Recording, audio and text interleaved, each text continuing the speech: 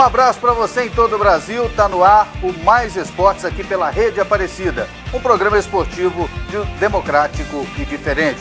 Tudo bem, Larissa Rodrigues? Tudo bem, André? Boa tarde para você, para todo mundo que acompanha a gente agora em todo o Brasil. Mais Esportes no ar, trazendo todas as informações do mundo do futebol para vocês. Vocês que estão aí em casa acompanhando a gente, André. E hoje a gente vai falar de muitos assuntos, né? Mais uma vez a gente vai falar de Fluminense, porque até hoje tem gente tentando entender essa campanha inquestionável do Tricolor, né? E a gente tem que manter vivo, né, de que o Fluminense é o campeão brasileiro. A gente viu a movimentação, por exemplo, eu disse ontem em Goiânia, no domingo teve uma carreata com 3 carros. Ontem eu vi uma movimentação de 6 torcedores em um bar de Goiânia ainda comemorando. Gente, o André tem uma dor de cotovelo, que ele não consegue aceitar esse título do Fluminense. Mas é sério, então a gente tem que continuar falando que o Fluminense é campeão brasileiro de 2012. E André, a gente vai falar também de seleção brasileira. Saiu hoje convocação do técnico Mano Menezes para o jogo de volta do Super Clássico. E também o pessoal já está concentrado, já está nos Estados Unidos, pensando, André, na partida de amanhã contra a Colômbia. E hoje no programa uma matéria especial. É mentira! O Ibis não é o pior time do mundo. Nós vamos mostrar um time pior do que o Ibis. Vai pensando aí, daqui a pouquinho a gente traz essa matéria especial para vocês e a gente começa falando do Fluminense, campeão com rodadas de antecedência. Campeão inquestionável, André? Inquestionável. Então vamos trazer todos os números para vocês pensarem se realmente esse título foi tão merecido assim. Passada a euforia do título, ou não para muita gente, né? Cai a realidade para aqueles que estiveram perto, mas não conseguiram segurar o Flu. O time tricolor precisou de 36 rodadas para levantar a segunda taça nos últimos 3 anos. Mas o que? O que o Flu teve de tão especial que permitiu ao time carioca o título indiscutível? O aproveitamento, por exemplo, ilustra bem essa campanha tão brilhante. 72,4. De 36 jogos, apenas 3 derrotas. Número que se torna quase insignificante se você levar em consideração que foram 22 vitórias e 10 empates. O Flu balançou as redes 59 vezes e levou apenas 28 gols durante essas 36 rodadas. Resumidamente, o time tem o melhor ataque, a melhor defesa e o maior número de vitórias do campeonato. Claro, e o artilheiro. Como não destacar Fred e seus 19 gols? Se o campeonato e o Flu têm um nome, esse nome é Frederico. Depois de tantos dados e números, será que ainda dá para usar o argumento da arbitragem para questionar o título do Flu? Não dá não. Fluminense, campeão inquestionável 2012. André, eu acho que agora o pessoal do Grêmio, o pessoal do Atlético Mineiro não tem como, André. Nem falar que a culpa foi da arbitragem, não dá pra questionar, né? Não dá pra questionar, a vantagem de pontos é muito grande. E em certo momento do campeonato a gente já alertava, falou, gente, o Fluminense tá ganhando jogo demais, o Atlético Mineiro tá na frente, mas o Fluminense vem num retrospecto impressionante. E pra se ter uma ideia, Larissa, o momento em que o Fluminense teve o melhor aproveitamento do campeonato foi no momento de superação em que não tinha em alguns jogos o Fred e em boa parte do campeonato o Deco. E em alguns momentos esse grupo que tem uma qualidade muito grande, que tem muitos jogadores de qualidade para todas as posições, esse grupo se superou com os desfalques que tinha. E eu te faço até uma pergunta, você sabe quantos jogadores o Fluminense contratou para o Campeonato Brasileiro? 3? 2? Nenhum. Nenhum? Nenhum. É a base, né, André? Não trouxe nenhum reforço para o Campeonato Brasileiro. O time que está no Brasileirão é o mesmo do Campeonato Carioca e a base é a do ano passado. É por isso que Campeonato de Pontos Corridos tem esse princípio. É o campeonato de regularidade. Começou bem, termina bem. Se você tiver uma média de pontos satisfatória, você atinge os seus objetivos. É o mais justo de todos os campeonatos. Vamos falar agora de seleção brasileira. Hoje pela manhã, o técnico Mano Menezes divulgou a convocação dos jogadores que vão jogar no dia 21 de novembro, André. Aquela partida de volta do Super Clássico. Lembra que era para ter acontecido, faltou energia lá na Argentina, o jogo não aconteceu?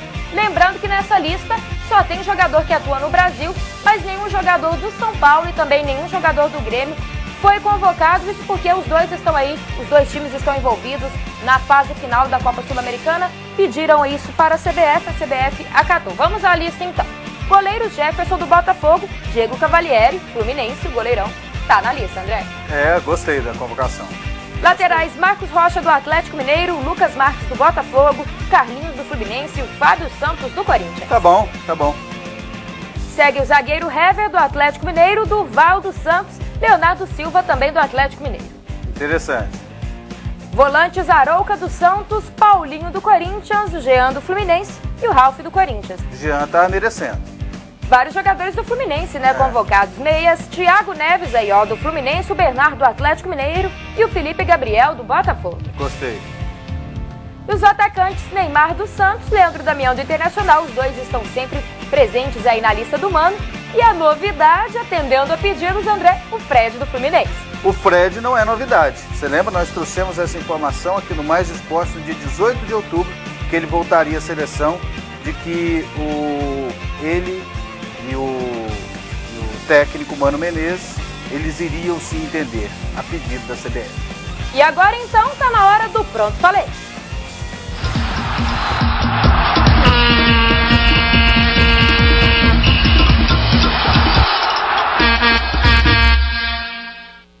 Pois é, gente, o Fred está convocado pela seleção brasileira, pelo técnico Mano Menezes.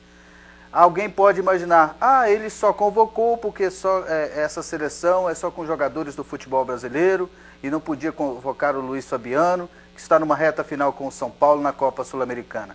Não é por causa disso. Essa convocação já estava prevista.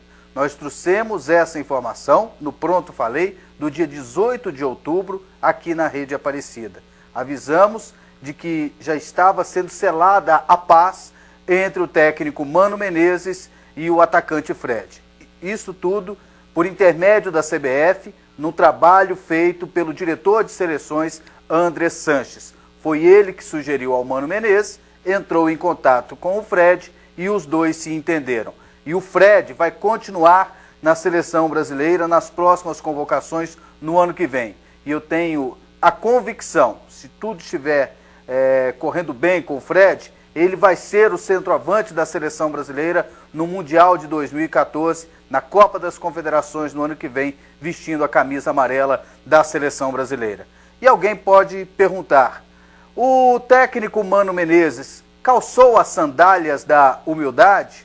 O técnico Mano Menezes agiu com o coração, agiu com a razão?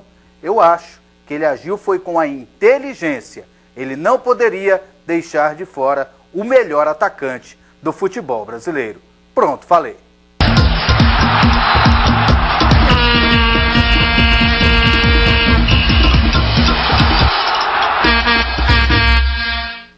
E a gente vai para o intervalo rapidinho, daqui a pouco a gente volta para apresentar para vocês o pior time do mundo.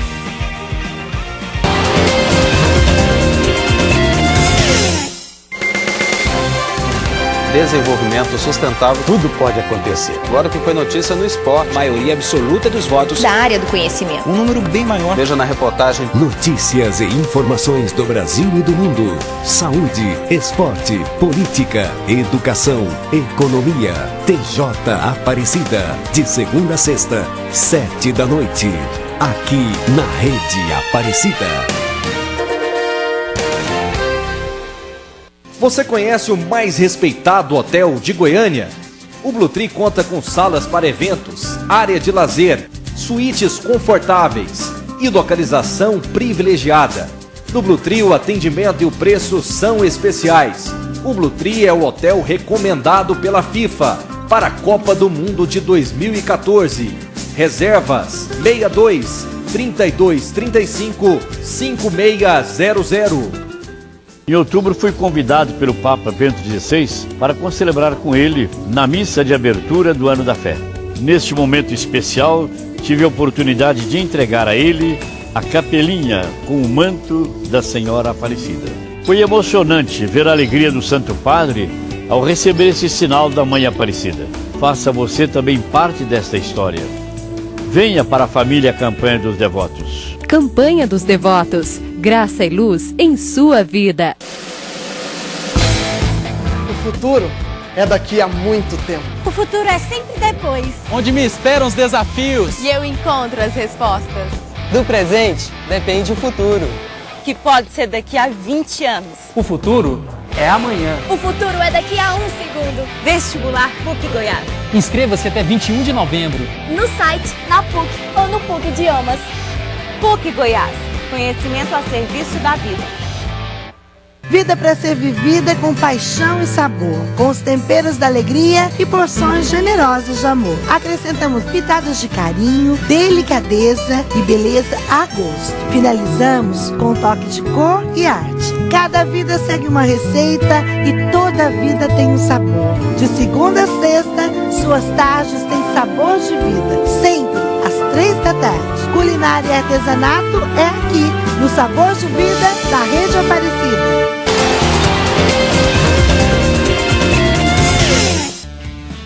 Qual é o pior time do mundo?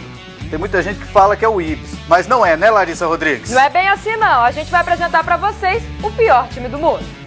O futebol é marcado por várias perguntas, por isso eu vou fazer uma. Quantos clubes tem a cidade de Goiânia? Muitos vão me responder 4. Goiás, Atlético, Vila Nova e Goiânia. Muito bem, eu apresento o Monte Cristo. E a partir de agora, aqui no Mais Esportes, nós vamos conhecer a saga de um clube que pode ser considerado como o primo pobre da capital. Sem grandes investimentos, sem um grande patrocinador e tampouco sem uma grande estrutura, o Monte Cristo já está acostumado, temporada após temporada, a fracassos e derrotas nas competições. Sejam todos muito bem-vindos à história do Monte Cristo Esporte Clube, que atualmente pode ser considerado o pior time do futebol mundial.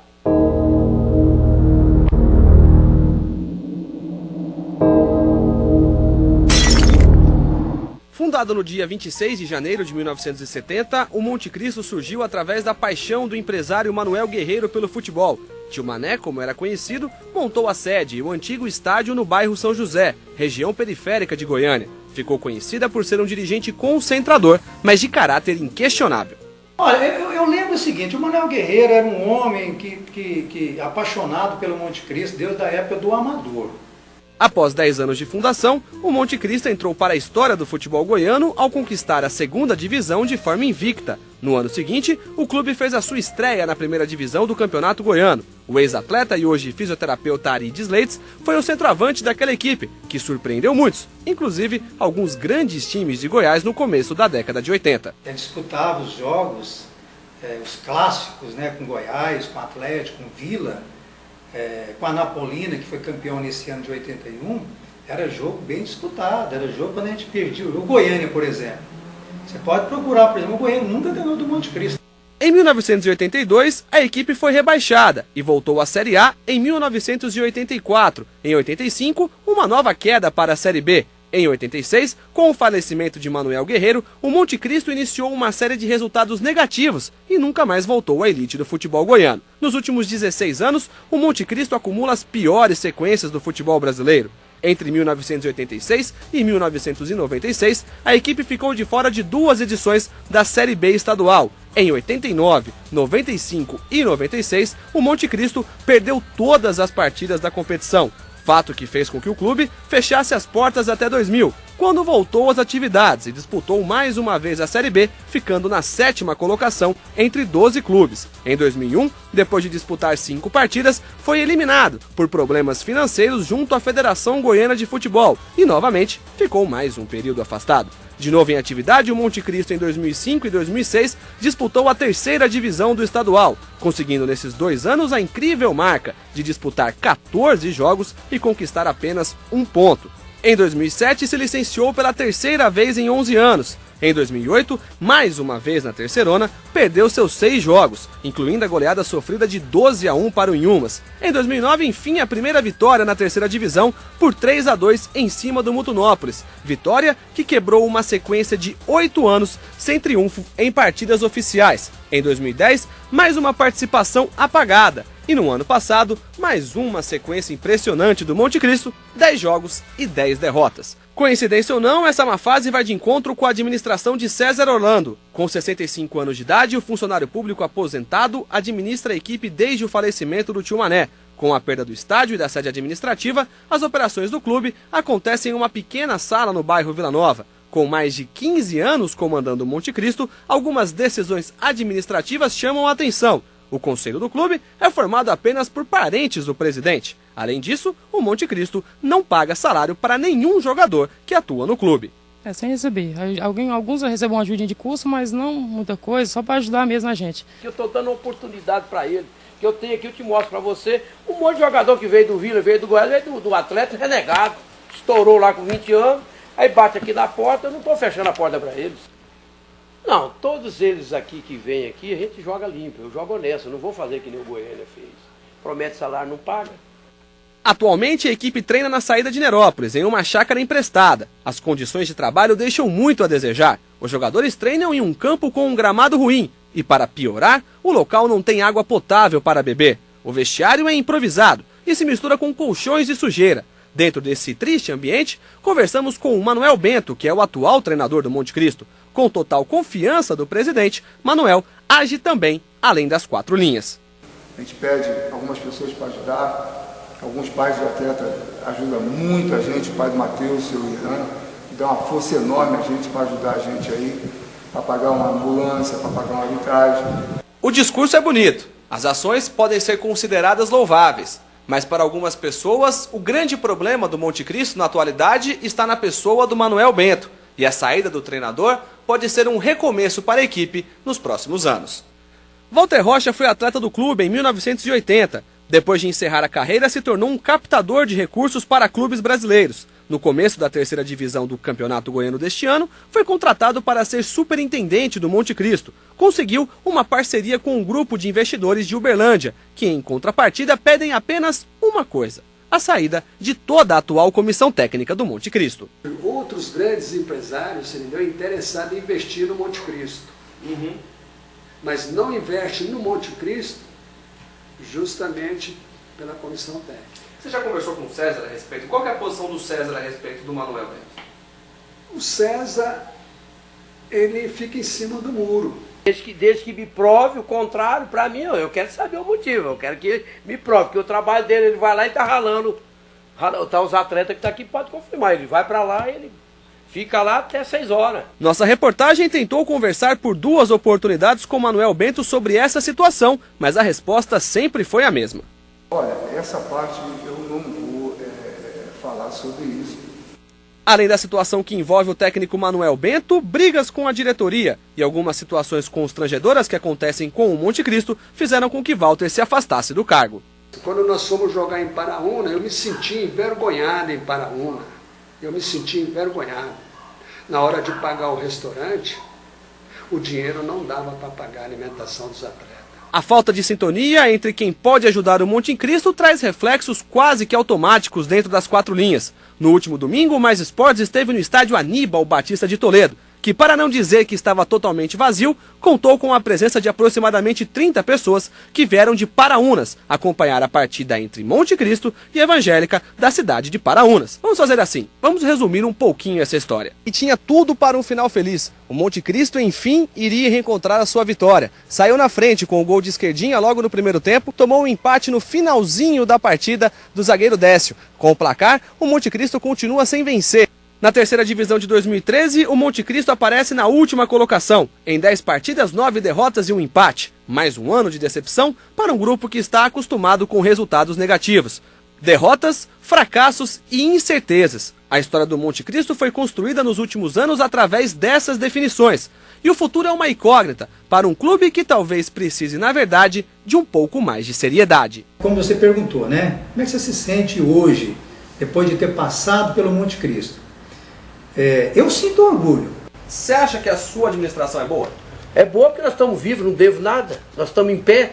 Se tivesse ruim, eu já tinha acabado. Como você acaba? Eu estou sem dinheiro, agora se tiver dinheiro, para vir é fácil. Com dinheiro você é bom.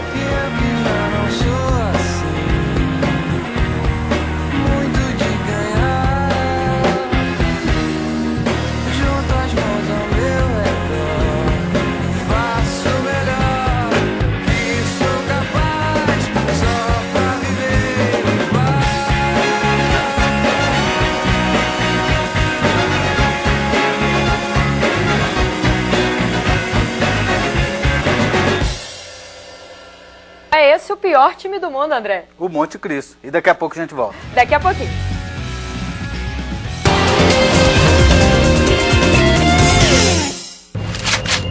Amanhã, 9 da noite, na Super Quarta, ele foi intimado por um perigoso terrorista. Você tem 24 horas. Uma missão de risco que vai colocar em jogo a vida da sua família. Faça as malas, precisam sair daqui por uns dias. E os poderosos segredos bélicos da Suécia. Você será considerado um maldito traidor. A ameaça, amanhã, 9 da noite, ação e tensão na Super Quarta. Oferecimento Botanic. Eu também faço parte da família dos devotos. Eu também dou a minha contribuiçãozinha e vou receber o meu mantinho, a minha parcelinha. E olhando para ele todos os dias, eu vou ouvir Nossa Senhora dizer: não te preocupes, não estou eu aqui que sou tua mãe. Meu irmão e minha irmã, não ponha a primeira mão no bolso, não. Ponha a primeira mão na consciência. É a mãe que está precisando da sua ajuda. É a casa da mãe que precisa ser mais bonita ainda, porque ela merece. Depois de pôr a mão na consciência e de pensar nessas coisas, aí põe a mão no bolso também e ajuda. Vamos fazer isso juntos. Deus te abençoe. Campanha dos Devotos. Graça e luz em sua vida. O futuro é daqui a muito tempo. O futuro é sempre depois. Onde me esperam os desafios. E eu encontro as respostas. Do presente depende o futuro. Que pode ser daqui a 20 anos. O futuro é amanhã. O futuro é daqui a 1 segundo. Vestibular PUC Goiás. Inscreva-se até 21 de novembro. No site, na PUC ou no PUC Idiomas. PUC Goiás. Conhecimento a serviço da vida. Hoje, no segundo episódio de Papas do Concílio, o futuro Papa já começa a sua jornada missionária, levantando a bandeira da paz. Sabe o que o novo Papa deveria ter em mente, Eminência? Deveria ter a preocupação com a paz. Todo o resto é consequência. Mas a coisa mais importante é a paz. Papas do Concílio. Hoje, 2 da tarde e 8 da noite, na Rede Aparecida. Apoio Editora Santuário, presente no seu dia a dia.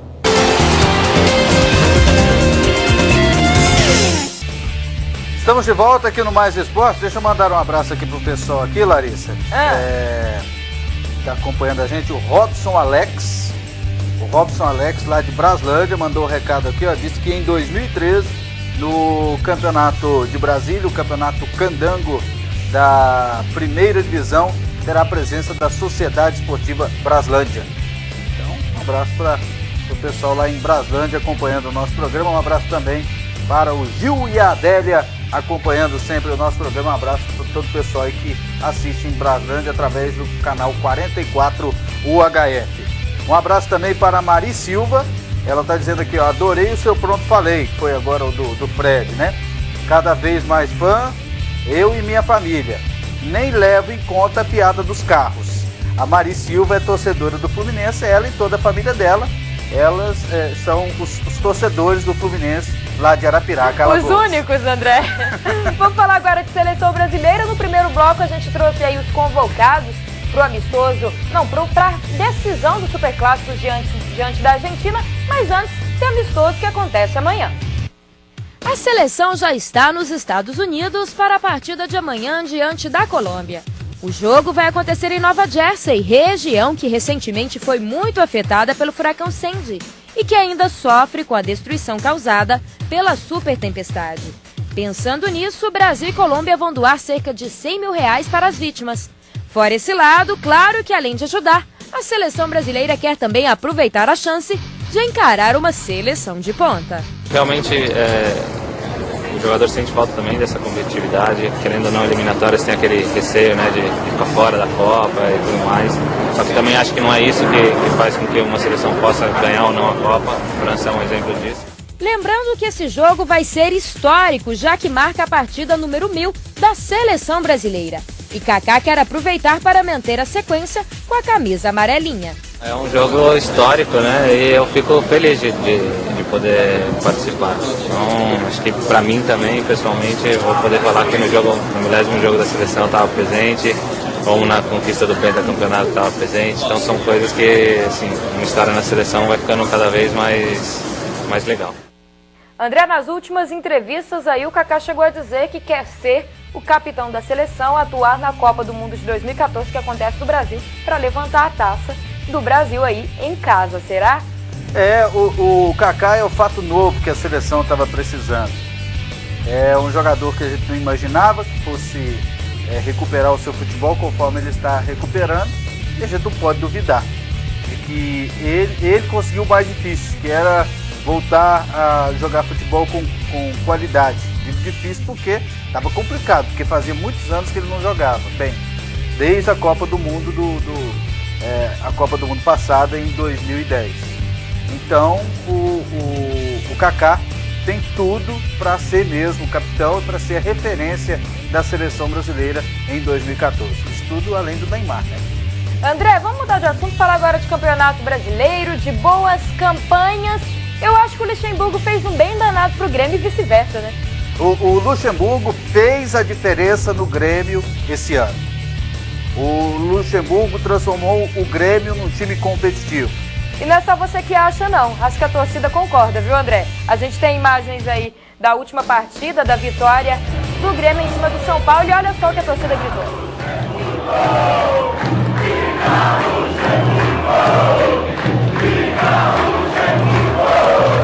Mas nós pegamos na internet, né, feitas pelos próprios torcedores, né, no estádio Olímpico no último final de semana, pedindo a permanência do técnico Vanderlei Luxemburgo. E a negociação está acontecendo, André. Está acontecendo, diz que nem parou o Grêmio, que já foi para a Colômbia, para a partida de quinta-feira pela Copa Sul-Americana, mas dizem que o empresário do Luxemburgo e o próprio Grêmio continuam em negociação durante a viagem. E isso está causando meio... Agora tem novo presidente lá, não é da situação, foi eleito o Fábio Koff, presidente, vai assumir no ano que vem, e eles ainda não deram 100% de que vai ser o Vanderlei Luxemburgo, disseram que tem chance de ser.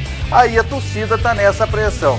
Agora, Grêmio, se quiser um time competitivo, vocês têm que permanecer com esse trabalho, dar sequência a esse trabalho com o técnico Vanderlei Luxemburgo, que esse ano, no Campeonato Brasileiro, vai terminar como vice, atrás só do Fluminense. Eu não sei se vai interferir, mas que emocionou o Luxemburgo essa manifestação da torcida, isso aconteceu. Fantástico. Um dia que, com 60 anos de idade, né? E você acha que já passou por tudo, né? Aí, de repente, você tem uma surpresa dessa aí, bonita, maravilhosa. Já tive alguns momentos de conquistas e de a torcida entender o trabalho, mas igual a esse que eu vi hoje, a quem chegou aqui 10 meses atrás, né? Para quem chegou aqui 10 meses atrás, iniciando um trabalho hoje, foi um dia que você não vai esquecer nunca mais. Vai ficar marcado na minha lembrança como um dos grandes momentos meus vendo futebol. Com certeza absoluta. O filme que passou na minha cabeça é de cada vez que você acha que não vai se emocionar, você vem e acontece uma situação diferente. Eu acho que a emoção, ela não pertence só ou a mulher que chorar, sentir emoção, não. O homem sente emoção, se entrega também, entendeu? Então acho que é gostoso. Quando você sente essas coisas assim, é que você ainda está vivo ainda dentro da tua profissão. O que eu senti hoje é sinal que eu estou bem vivo na minha profissão. E o Mais Esporte de hoje fica por aqui. A gente volta amanhã, 1h30 da tarde. É isso aí, André. Até amanhã. Até amanhã.